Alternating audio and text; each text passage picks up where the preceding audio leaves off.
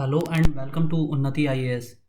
शैक्षिक प्रशासन और प्रबंधन के सिलेबस में आज हम वित्तीय प्रशासन के टॉपिक की चर्चा करेंगे। इससे पहले वित्तीय प्रशासन का ये हमारा फर्स्ट टॉपिक है। फाइनेंशियल एडमिनिस्ट्रेशन का ये हमारा पहला टॉपिक होगा, पहला लेक्चर होगा। इससे पहले हम शैक्षिक प्रशासन और प्रबंधन के 5 टॉपिक्स में 3 टॉपिक देख चुके हैं। ये चौथा टॉपिक है। पहले 3 टॉपिक में हमने बात की थी higher education system in India, its regulatory bodies and current awareness, हाल ही के बारे में जागरूकता। तो भारत में उच्च शिक्षा प्रणाली, इसके नियामक निकाय और हालिया विकास के बारे में जागरूकता, जो कि करंट का टॉपिक था, वो हमने देखा नहीं था। बाकी हमने इसके 2 पॉइंट देखे थे, उच्च शिक्षा प्रणाली और इसके नियामक निकाय।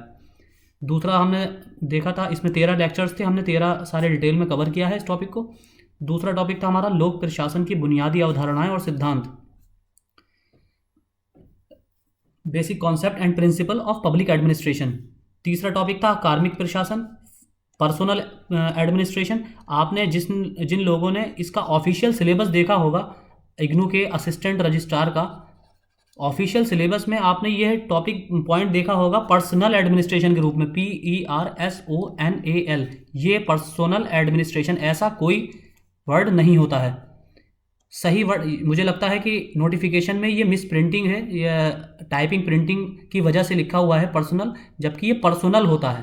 पर्सनल, बहुत से लोगों ने ये नोटिस किया होगा। पर्सनल एडमिनिस्ट्रेशन, ये कार्मिक प्रशासन, इसका मतलब होता है कार्मिक प्रशासन, और यही टॉपिक भी है। पर्सनल एडमिनिस्ट्रेशन ऐसा कोई टॉपिक नहीं होता। तो जो बच्चे देखें ऑफिशियल नोटिफिकेशन, वो कंफ्यूज ना हो। इसमें हमने 6 लेक्चर्स में हमने ये पूरा टॉपिक कवर किया है। ये लोक प्रशासन की बुनियादी अवधारणाएं और सिद्धांत, ये हमने 7 लेक्चर्स में पूरा टॉपिक कवर किया है। आज से हम वित्तीय प्रशासन शुरू करेंगे और इसके बाद हमारा एक टॉपिक बचा रह जाएगा ICT, information communication technology in university system. उसके बाद ये सारे कंप्लीट करने के बाद हम इन सारे लेक्चर्स की पूरी एक मर्ज वीडियो डाल देंगे। 13 लेक्चर्स की पूरी एक कंबाइंड वीडियो आप हमारे चैनल पर अपलोड कर दी जाएगी, ताकि आप आसानी से एक ही बार में एक ही वीडियो लेक्चर से पूरा टॉपिक रिवाइज कर सकें। तो शुरू करते हैं आज का टॉपिक। आज के वित्तीय प्रशासन के टॉपिक में हमें स्पेशली जो हमारा ऑफिशियल सिलेबस में दे रखा हुआ है 3 टॉपिक देखना है। इसको हम बिल्कुल ब्रॉड वे में देखेंगे, बिल्कुल विस्तृत रूप में देखेंगे। पहला है बजट धारणा और रूप, बजट कॉन्सेप्ट्स एंड फॉर्म्स। दूसरा है बजट निर्माण फॉर्मुलेशन ऑफ बजट। तीसरा है बजट निष्पादन, एग्जीक्यूशन ऑफ बजट, जैसा कि आपके ऑफिशियल सिलेबस में दे रखा हुआ है। आज हम पहला अपना टॉपिक बजट धारणा और रूप, बजट कॉन्सेप्ट्स एंड फॉर्म्स, ये स्टार्ट करेंगे। लोक प्रशासन का एक महत्वपूर्ण पक्ष है वित्तीय प्रशासन। यह बजट उपकरण के माध्यम से काम करता है और संपूर्ण बजटीय चक्र को घेरता है। इसका अर्थ है बजट का निरूपण, बजट का अधिनियम, बजट का क्रियान्वयन, लेखांकन और लेखा परीक्षण। ये सारे टॉपिक हम टॉपिक बाय टॉपिक सारे डिटेल में देखेंगे। CP भामबारी के अनुसार वर्तमान अर्थ में इस शब्द का प्रयोग सर्वप्रथम 1773 में ओपनिंग द बजट व्यंग्य रचना में वालपोल की उस वर्ष की वित्तीय योजना के विरुद्ध किया गया था। आगे बजट का महत्व, सिग्निफिकेंस ऑफ बजट। सरकारी प्रशासन के लिए वित्तीय प्रशासन के महत्व पर प्रचलित वक्तव्य निम्न हैं। ये अलग अलग विचारक हैं जिन्होंने बजट के महत्व को समझाया है। पहले हैं कौटिल्य के अनुसार सारे काम वित्त पर निर्भर हैं, जो कि सही भी है, अतः सर्वाधिक ध्यान कोषागार पर देना चाहिए। हुवर आयोग के अनुसार वित्तीय प्रशासन आधुनिक प्रशासन का मर्म है, यानी कि क्रक्स है इसका। विलोबी के अनुसार बजट प्रशासन का विभिन्न और अनिवार्य औजार है। डिमॉक के अनुसार वित्तीय प्रशासन के सभी पक्षों में से बजट निर्माण सबसे ज्यादा नीति संबंधी प्रश्न उठाता है। ये 2 नाम आपको अक्सर पूरे पब्लिक एडमिनिस्ट्रेशन के टॉपिक में देखने को मिलेंगे। और इससे पहले मैं आपको एक बात और बताता चलूं कि वित्तीय प्रशासन का जो टॉपिक है, ये फाइनेंशियल एडमिनिस्ट्रेशन का टॉपिक जो आपका ऑफिशियल सिलेबस है, उसमें आपने देखा होगा कि पार्ट ए में जनरल अवेयरनेस पूछी जाएगी। पार्ट ए में जनरल अवेयरनेस से क्वेश्चन आएंगे, जिसमें जनरल अवेयरनेस में जो पॉलिटी भी इंक्लूड है। तो आपका वित्तीय प्रशासन का टॉपिक ये इससे भी रिलेटेड है, पॉलिटी से। तो स्पेशली आप पॉलिटी के सिलेबस में जब जनरल अवेयरनेस में पॉलिटी तैयार करेंगे, तो आपको वित्तीय बजटीय प्रक्रिया और संसद, लक्ष्मीकांत की बुक में जो संसद का एक चैप्टर दिया हुआ है, उसमें बजटीय प्रक्रिया दी हुई है, आपको वो डिटेल में कवर करना है। कहीं ऐसा ना हो कि क्वेश्चन पार्ट बी में ना पूछकर उसको पॉलिटी से लिंक करके इन क्वेश्चंस को पार्ट ए में भी पूछा जा सकता है। तो एकदम लकीर के फ़कीर ना बने रहें कि जहाँ सिलेबस में दिया हुआ है वहीं फोकस करना है। आपको सिलेबस के पीछे के पार्ट में, पार्ट ए में भी इसको देखकर चलना है। तो अब आगे चलते हैं। लॉर्ड जॉर्ज के अनुसार सरकार वित्त है, government is finance, government he finance है। मारस्टेन के अनुसार प्रशासन में वित्त वातावरण में ऑक्सीजन की तरह ही सर्वव्यापी है। बजट का अर्थ, meaning of the budget. Budget शब्द पुरानी अंग्रेजी के शब्द बोगेट से निकला है, जिसका अर्थ है बोरा या थैला। आगामी वित्त वर्ष के लिए सरकार के वित्तीय कार्यक्रम को संसद में प्रस्तुत करने के लिए ब्रिटिश वित्त मंत्री अपने कागजात को एक चमड़े के थैले से निकालते थे।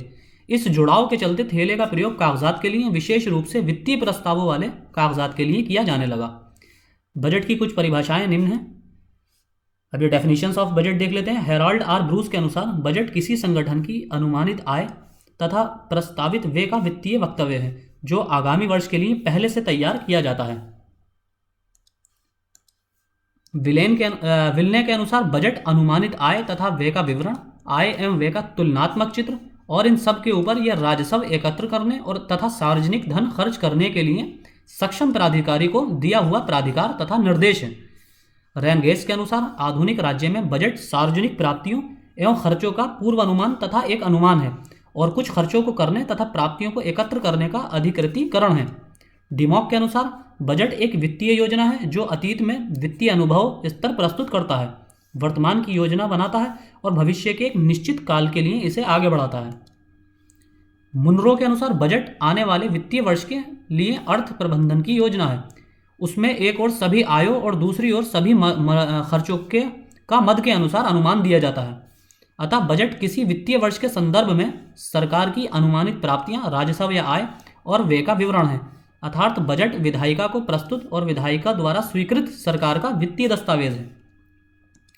अगला देखते हैं बजट के कार्य। बजट के निम्नलिखित कार्य तथा उद्देश्य होते हैं। पहला, ये विधायिका के प्रति कार्यपालिका की वित्तीय एवं न्यायिक जवाबदेही सुनिश्चित करता है। दूसरा, प्रशासनिक पद सोपान तंत्र में यह वरिष्ठों के प्रति अधीनस्थों की जवाबदेही को सुनिश्चित करता है। यह सामाजिक और आर्थिक नीति का उपकरण है जिसका कार्य निर्धारण, वितरण और स्थिरीकरण है।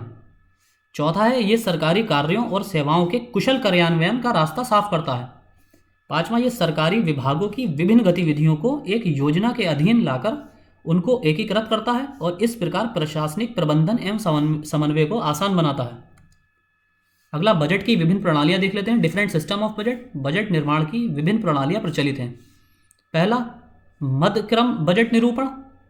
इस परंपरागत या रूढ़िगत बजट, इसे परंपरागत या रूढ़िगत बजट निर्माण भी कहा जाता है। बजटिंग की इस प्रणाली का विकास 18वीं और 19वीं शताब्दी में हुआ था। इसमें खर्चों के उद्देश्यों को सामने लाए बिना उसकी मदों पर जोर दिया जाता है और बजट की कल्पना वित्तीय अर्थों में की जाती है। अर्थात बजट का मध्यक्रम वर्गीकरण के अर्थों में प्रस्तुत किया जाता है। ये अर्थों यहाँ गलत हो गया है, अर्थों में प्रस्तुत किया जाता है। इस प्रणाली के अंतर्गत विधायिका द्वारा मद विशेष पर स्वीकृत धनराशि का उपयोग इस मद पर ही किया जा सकता है। इस प्रकार की बजटिंग का उद्देश्य विधायिका द्वारा कार्यपालिका को स्वीकृत धन की बर्बादी, आय व्यय का दुरुपयोग को रोकना है। बजटिंग की यह प्रणाली सार्वजनिक व्यय और अधिकतम नियंत्रण का मार्ग प्रस्तुत करती है। वास्तव में मध्यक्रम बजटिंग प्रणाली का एकमात्र उद्देश्य धन की जवाबदेही अर्थात खर्चों की वैधानिकता तथा नियमितता को सुनिश्चित करना है। इस प्रणाली को वर्धनशील बजटिंग भी कहा जाता है, इंक्रीमेंटल, क्योंकि इसमें धन का आवंटन विद्यमान आधार की पहचान करने के बाद वर्धनशील आधार पर किया जाता है, इंक्रीमेंटल बेसिस पर किया जाता है। दूसरा है निष्पादन बजट निर्माण, परफॉर्मेंस बजटिंग। इस प्रणाली का उद्भव संयुक्त राज्य अमेरिका में हुआ और पहले इसे क्रियाशील, फंक्शनल या कार्यकलाप, एक्टिविटी बजटिंग कहा जाता था। निष्पादन बजट को पहले हुवर आयोग ने 1949 में गढ़ा था। इस वर्ड को कि निष्पादन बजट, ये वर्ड हुवर आयोग की देन है। इसने संयुक्त राज्य अमेरिका में निष्पादन बजट अपनाने की सिफारिश की जिससे बजट निर्माण के प्रति कुशल प्रबंधन का दृष्टिकोण अपनाया जा सके। तदनुसार राष्ट्रपति ट्रूमैन द्वारा इसको 1950 में लागू किया गया। मध्यक्रम बजटिंग के विपरीत निष्पादन बजटिंग खर्चों के बजाय खर्च के उद्देश्य पर जोर देती है।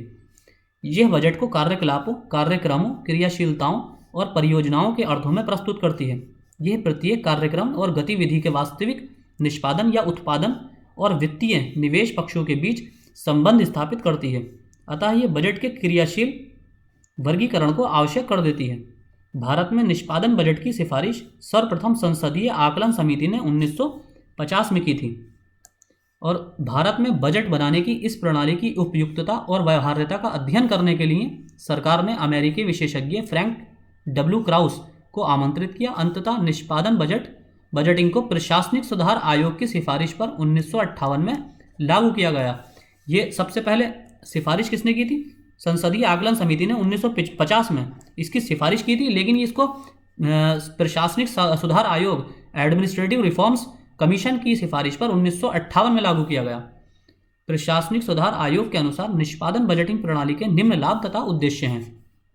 पहला है, विधायिका संसद में जिन उद्देश्यों एवं लक्ष्यों के लिए धन की मांग करती है उनको ये अधिक स्पष्टता से सामने लाता है। दूसरा है, यह कार्यक्रम और उपलब्धियों को वित्तीय और वास्तविक अर्थों में सामने लाता है। तीसरा, संसद इस बजट को बेहतर ढंग से समझ सकती है और उसकी बेहतर समीक्षा कर सकती है। इससे बजट निरूपण में सुधार आता है। पांचवा, इससे सरकार के सभी स्तरों पर निर्णय निर्माण प्रक्रिया आसान हो जाती है। अगला है, यह वित्तीय कार्यकलापों के प्रबंध नियंत्रण के अतिरिक्त उपकरण उपलब्ध कराता है। सातवां है, यह निष्पादन लेखा परीक्षा को अधिक उद्देश्यपूर्ण और कारगर बनाता है। 1968 में निष्पादन बजट को भारत सरकार के 4 मंत्रालयों में शुरू किया गया। बाद में 1977-78 में इसका विस्तार 32 विकासात्मक भागों में कर दिया गया। अब हमारे यहाँ परफॉर्मेंस बेस्ड बजटिंग ही प्रचलित है। कार्यक्रम बजट निर्माण, प्रोग्राम बजटिंग। निष्पादन बजट की तरह ही कार्यक्रम पद्धति या नियोजन कार्यक्रम बजटिंग पद्धति नियोजन कार्यक्रम पद्धति बोलते हैं, प्लानिंग प्रोग्राम बजटिंग सिस्टम की उत्पत्ति संयुक्त राज्य अमेरिका में हुई थी। इसका सूत्रपात 1965 में राष्ट्रपति जॉनसन ने किया था। ये सारे फैक्ट्स याद रखने हैं, परंतु 1971 में इसे छोड़ दिया गया। बजटिंग की इस प्रणाली में नियोजन, कार्यक्रम निर्माण और बजटिंग के कार्यों को एक कर दिया जाता है।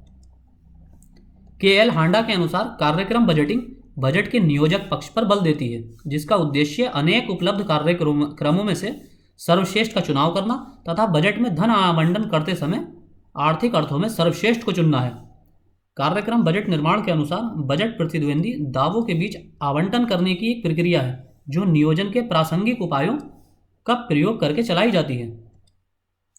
शून्य आधारित बजट, जीरो बेस्ड बजटिंग, इसका भी जन्म और विकास अमेरिका में हुआ था। इसका निर्माण निजी उद्योग के एक प्रबंधक पीटर ए पियर ने 1969 में किया। अमेरिका में इसे राष्ट्रपति जिमी कार्टर ने 1978 में लागू किया। निष्पादन बजट की तरह शून्य आधारित बजटिंग भी बजट की एक तर्कसंगत पद्धति है। इसके अंतर्गत बजट में सम्मिलित किए जाने से पहले प्रत्येक कार्यक्रम की आलोचनात्मक समीक्षा की जानी चाहिए और शून्य से प्रारंभ कर संपूर्णतया दोबारा सही सिद्ध करना चाहिए। अतः शून्य आधारित बजटिंग में बजटिंग के वर्धनशील दृष्टिकोण का अनुसरण करने के स्थान पर सभी योजनाओं की शुरू से अर्थात शून्य से जीरो से पुनः समीक्षा की जाती है। बिल्कुल स्क्रैच से इसका रिव्यू किया जाता है, एकदम स्क्रैच से रिव्यू किया जाता है शून्य आधारित बजटिंग में। के.एल. हांडा के अनुसार शून्य आधारित बजट प्रणाली की मूल विशेषता ये है कि अपना बजट तैयार करते समय विभागों को किसी चीज़ को पहले मानकर नहीं चलना चाहिए और इसलिए उनको कोरे कागज से शुरुआत करनी चाहिए। जैसा कि मैंने आपको बताया, बिल्कुल स्क्रैच से शुरुआत की जाती है इसमें। आगामी वर्ष के बजट निर्माण की प्रक्रिया शून्य से शुरू होनी चाहिए, ना कि मौजूदा बजट को आधार या प्रारंभिक रूप में मानकर। सी.बी. श्रीनिवासन के अनुसार यह क्रियाशील नियोजन और बजटीय प्रक्रिया है जो प्रत्येक प्रबंधक से अपने बजट की पूरी मांग को शुरुआत से, इसलिए शब्द शून्य आधारित है, सही सिद्ध करने की अपेक्षा करती है और यह सिद्ध करने के साक्ष्य का बोझ प्रबंधक पर डालती है कि उसको धन खर्च ही क्यों करना चाहिए और बेहतर ढंग से कैसे किया जा सकता है। शून्य आधारित बजट पद्धति के लाभ इस प्रकार हैं। पहला है, यह निचली वरीयता के कार्यक्रमों को हटाती है या न्यूनतम कर देती है। दूसरा, यह कार्यक्रमों की प्रभावशीलता को एकाएक बढ़ा देती है। तीसरा है, इसमें अधिक प्रभावी कार्यक्रमों को अधिक धन मिलता है, जो ज़्यादा परफॉर्मेंस दे सकते हैं उनको अधिक धन आवंटित किया जाता है। इससे कर वृद्धि में कमी आती है, कर बेस बढ़ता है लेकिन कर की जो रेट है वो कम होती है। यह लागत प्रभाविता कॉस्ट इफेक्टिवनेस और लागत लाभ कॉस्ट बेनिफिट के अर्थों में योजनाओं की आलोचनात्मक समीक्षा को आसान बनाती है। इससे वर्ष के दौरान बजट समायोजन शीघ्र होता है। यह पर्याप्त संसाधनों का सुसंगत आवंटन करता है। बजट की तैयारी में यह संबद्ध कार्मिकों की भागीदारी बढ़ाता है। अब भारत में शून्य आधारित बजटिंग को सबसे पहले 1983 में विज्ञान और प्रौद्योगिकी विभाग में अपनाया गया। तत्पश्चात 1986 से 87 के वित्त वर्ष के दौरान सभी मंत्रालयों में इस शून्य आधारित बजट प्रणाली को लागू कर दिया गया, जीरो बेस्ड बजटिंग को। अब देख लेते हैं सूर्यास्त विधान, जिसे सनसेट क्लॉज कहते हैं या सनसेट लेजिस्लेशन भी कहा जाता है। इसे सनसेट लेजिस्लेशन या सनसेट क्लॉज भी कहते हैं इसे। ये आवांछित, पुराने, बेकार और अनुपयोगी कार्यक्रमों को समाप्त करने के लिए नीति समीक्षा की औपचारिक प्रक्रिया है। के.एल. हांडा के अनुसार यह कार्यक्रम के वैधानिक प्राधिकार की समाप्ति की व्यवस्था करके सेवानिवृत्त हो जाने वाले सरकारी कार्यक्रमों की अवधारणा को साकार करता है। इसके लिए सरकारी कार्यक्रमों पर विधायी अधिनियम में दी गई समय सीमा तय कर दी जाती है और ऐसी व्यवस्था की जाती है कि जब एक विस्तृत पुनरावलोकन के बाद विधायिका द्वारा उनको मजबूती से जीवित न किया जाए तो वे अपने आप ही समाप्त हो जाते हैं। सूर्यास्त विधान के लाभ इस प्रकार हैं। यह सरकारी खर्चों में मितव्ययता को सुनिश्चित करता है। यह सरकारी गतिविधियों के अनावश्यक फैलाव को रोकता है। यह नए कार्यक्रमों के लिए वित्तीय संसाधन उपलब्ध कराता है। अविराम आधार पर सीमित धन के आवंटन का मार्ग प्रशस्त करके यह प्रशासनिक सुसंगतता को सुनिश्चित करता है और चल रहे कार्यक्रमों के मूल्यांकन की मुख्य जिम्मेदारी विधायिका पर डालकर यह उनको समाप्त करने के मामले में कार्यपालिका के प्रतिरोध पर काबू करने में सहायक होता है। अगला है बजट के सिद्धांत, प्रिंसिपल्स ऑफ बजट।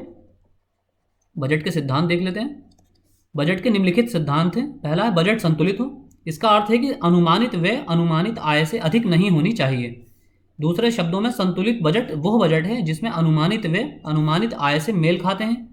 अगर अनुमानित आय अनुमानित व्यय से अधिक है तो इसे बचत का बजट कहते हैं, यानी कि सेविंग वाला बजट कहा जाता है इसे। जब आय ज़्यादा होगी और खर्चे कम होंगे तो आपकी सेविंग बजट होगा, जाहिर सी बात है कि आपके पास सेविंग होगी। और यदि अनुमानित आय और अनुमानित व्यय से कम है तो इसे घाटे का बजट कहा जाता है, deficit of budget, deficit budget कहा जाता है। लेकिन आइडियल रूप से ये कंडीशन अवेलेबल नहीं होती है। आइडियल रूप में अगर घाटे का बजट होगा या बचत का वाला बजट होगा, सेविंग बजट होगा, तो ये किसी भी देश के लिए अनुकूल नहीं होता है। इसलिए सरकार अपनी आय से अधिक ही खर्च करती है उधार लेकर। रोकड़ बजटिंग, इसका अर्थ है कि व्यय और आय का अनुमान तैयार करने का आधार ये हो कि वित्त वर्ष के दौरान वास्तव में कितना व्यय और कितनी आय होने की आशा है। रोकड़ बजटिंग के विपरीत होती है राजस्व बजटिंग। इसके अंतर्गत बजट अनुमान मांग और देयता के आधार पर तैयार किए जाते हैं। अर्थात वित्तीय वर्ष के बजट में एक वित्तीय वर्ष के व्यय और आय को उसका ख्याल रखे बिना जोड़ा जाता है कि उस वित्तीय वर्ष में वास्तव में खर्चे प्राप्त होंगे कि नहीं। संयुक्त राज्य अमेरिका, ब्रिटेन और भारत में रोकड़ बजटिंग प्रचलित है, जबकि फ्रांस और यूरोप के कुछ अन्य देशों में राजस्व बजटिंग प्रचलित है। तो भारत में किस प्रकार की बजटिंग प्रचलित है? रोकड़ बजटिंग। राजस्व बजटिंग की अपेक्षा रोकड़ बजटिंग में सार्वजनिक खातों का समापन जल्दी करना आसान होता है। देरी होने से वित्तीय वर्ष के लिए उनका महत्व काफी कम हो जाता है। अगला है हमारा सभी वित्तीय लेन देन के लिए एक बजट। सभी वित्तीय लेन देन के लिए एक बजट, इसका अर्थ है कि सरकार को अपने सारे राजस्व और व्यय सभी विभागों के एक ही बजट में शामिल करने चाहिए। एक बजट के विपरीत है बहु बजट, जिसमें अलग अलग विभागों के अलग अलग बजट तैयार किए जाते हैं। आपको पता होगा कि जैसे 2017 से पहले तक भारत में भी दो प्रकार के बजट होते थे, एक आम बजट होता था और दूसरा रेलवे बजट। तो 2017 से दो आम बजट और रेलवे बजट को एक ही कर दिया गया है, यानी कि अब हमारे यहाँ एक बजट प्रचलन में है, एक बजट की व्यवस्था प्रचलन में है, सिंगल बजट। एक बजट प्रणाली सरकार की संपूर्ण वित्तीय स्थिति अर्थात संपूर्ण बचत या घाटे को प्रकट करती है। संयुक्त राज्य अमेरिका और ब्रिटेन में एक बजट प्रणाली है, जबकि फ्रांस, स्विट्जरलैंड और जर्मनी में बहु बजट प्रणाली प्रचलित है। भारत में भी कौन सी प्रणाली है? एक बजट प्रणाली, जो 2017 से दोबारा शुरू की गई है। और 1921 से पहले तक भी हमारे यहाँ एक बजट प्रणाली थी। 1921 के बाद एक वर्थ कमेटी की अनुशंसाओं के आधार पर रेलवे बजट को आम बजट से अलग कर दिया गया था, लेकिन अब 2017 से फिर से एक कर दिया गया है।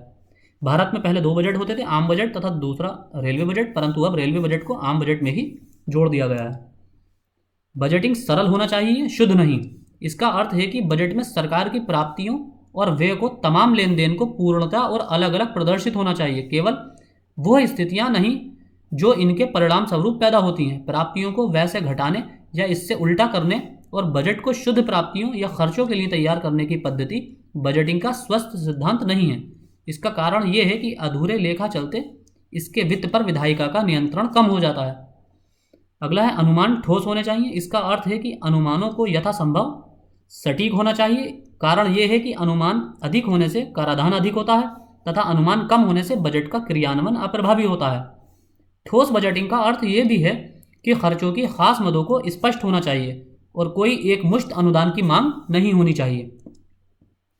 कालातीत का नियम, बजट वार्षिक आधार पर होना चाहिए, यानी कि इसकी एक समय सीमा होनी चाहिए, समय सीमा के आधार पर होना चाहिए।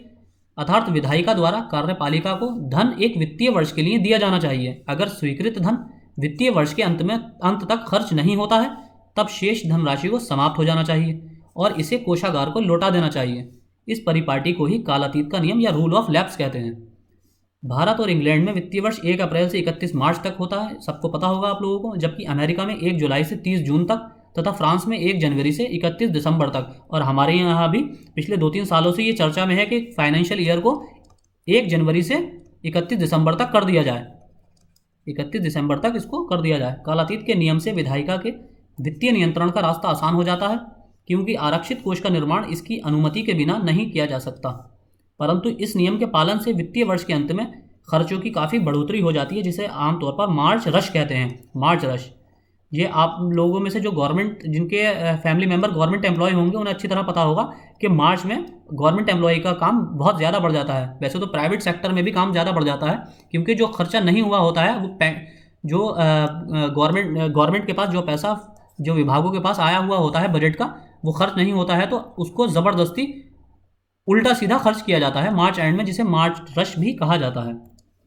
राजस्व और पूंजी भाग अलग अलग हों। इसका अर्थ है कि सरकार के चालू वित्तीय लेन देन पूंजीगत लेन देन से अलग होने चाहिए और दोनों को बजट के अलग अलग हिस्सों में राजस्व बजट और पूंजीगत बजट प्रदर्शित किया जाना चाहिए, यानी कि रिवेन्यू बजट और आपका कैपिटल बजट, इनको अलग अलग प्रदर्शित किया जाना चाहिए। इसके परिचालन व्यय को निवेश व्यय से पृथक करना आवश्यक होता है। वित्तीय मामले में राजस्व बजट को चालू राजस्व से और पूंजीगत बजट को बचतों तथा उपाधियों से काट दिया जाता है। अनुमानों के रूप लेखा के रूप के अनुरूप हों। इसका अर्थ है कि बजट संबंधी अनुमानों के रूपलेखा के रूपों के अनुरूप होना चाहिए, जिससे कि वित्तीय नियंत्रण को कारगर किया जा सके। तो आज के लेक्चर में सिर्फ इतना ही। अब अगले लेक्चर में हम बजट निर्माण, फॉर्मुलेशन ऑफ बजट और बजट निष्पादन, एग्जीक्यूशन ऑफ बजट देखेंगे।